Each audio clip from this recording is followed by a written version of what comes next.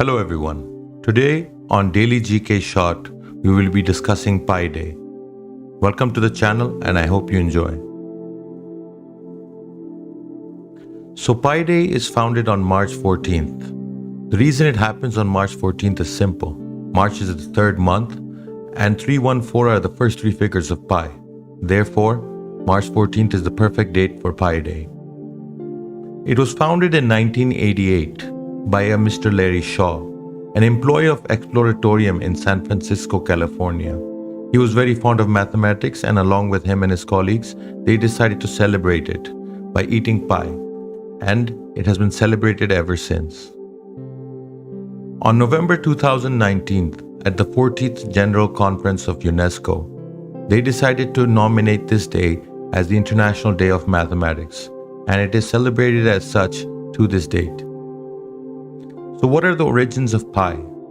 Well, in 1800 BCE, the Babylonians approximated pi in base 60. Base 60 was a different way of counting that they used back then, but it has been used by many historic cultures, and so there is no accurate date as to why it was invented, when it was invented, but its use has been very important throughout.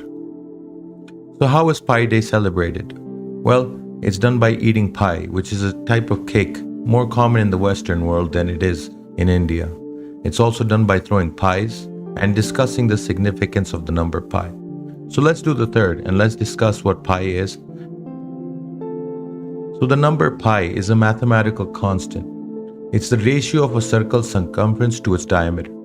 So when you divide the circumference by the diameter, you get pi.